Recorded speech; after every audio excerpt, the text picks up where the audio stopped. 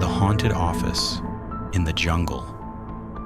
When the locals tell you a house is haunted and that everyone who ever lived there died violently, you listen.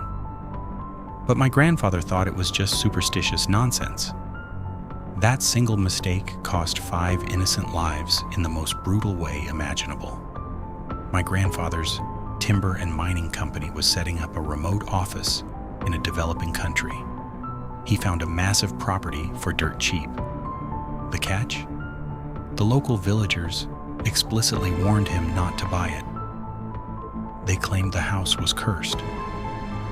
He ignored them and bought it anyway. The manager assigned to set up the office moved into the top floor with his wife and 3 young kids, while the lower floor served as the company office. Everything seemed fine until weeks passed, and my grandfather suddenly lost all contact with him. Assuming it was just a remote power outage, he finally asked the local police to do a welfare check. What the police found inside was a complete bloodbath. The manager had hacked his wife, his 3 children, and finally himself to death. And he didn't use a gun, he did it with a machete. The scene was so horrific that the first responders claimed all 5 bodies were completely decapitated.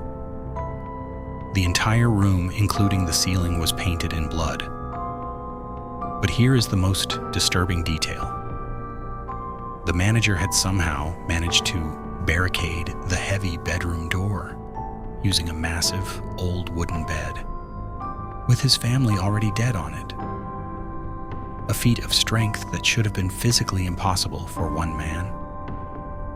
While the locals swear he was possessed by the spirits of the house, my grandfather paid heavy bribes to the police to classify the deaths as natural causes and forced all remaining employees to sign strict NDAs to keep it out of the press.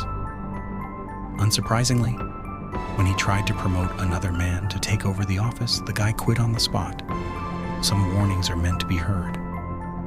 And while that tragedy happened thousands of miles away in a remote jungle, sometimes the most terrifying encounters happen right inside your own bedroom when you're just a child.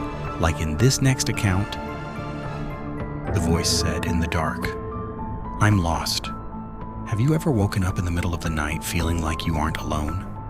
When I was just 7 years old, a sudden drop in temperature brought something into my room that left me frozen in pure terror. I woke up to a sharp, rhythmic banging on my window. At first, I tried to convince myself it was just the wind settling against the house. But then the noises shifted. I heard heavy, deliberate footsteps pacing on the floor. My bedroom was large enough to walk in circles, and whatever was in there was circling my bed. I used to sleep with the radio on, and right at that moment, an incredibly depressing, haunting song began to play. A song that still gives me chills if I hear it today. The air in the room suddenly turned freezing cold. Terrified, I decided to make a blind run for it down the hall to my parents' bedroom. But as I sprinted through the exact area where the footsteps were pacing, the temperature dropped so violently that I could instantly see my breath in the dark. I froze for a fraction of a second, and right next to my ear, a faint, weeping voice whispered 2 words, "I'm lost." I bolted into my parents' room, hid beneath their bed, and cried myself to sleep, praying the lost soul wouldn't follow me. What happens when it stands right in the open doorway, waiting for the lights to go out? This next story was told to me by a former teacher who swears every word is true. Was the man you saw tall? Imagine looking up from your bed and seeing a tall silhouette standing right in your open doorway. You flick the light switch, and the figure vanishes. You think your eyes are playing tricks on you until the next morning when your father asks you a terrifying question. When my teacher was a child, she shared a bedroom with her younger sister. One night as they were settling down to sleep, her sister suddenly gasped and told her to look toward the door. Standing perfectly still in the doorway was the distinct silhouette of a tall man. Luckily, the light switch was mounted right next to her bed. She reached out and flipped it on. Instantly, the doorway was completely empty. They screamed for their father, who rushed in to comfort them, telling them it was just an optical illusion caused by the shadows. The next morning, she walked downstairs into the kitchen and found her father sitting completely frozen at the table, staring blankly into space. She asked him if he was okay. He slowly looked up at her and asked a single question that made her blood run cold. "Was the man you saw a tall man?" Over the next several years, every single member of the family saw the exact same silhouette multiple times, and every single time it vanished the moment the light turned on, leaving them to wonder what it was doing in the dark. Sometimes the shadows take the exact form of someone we know, carrying a message from the other side.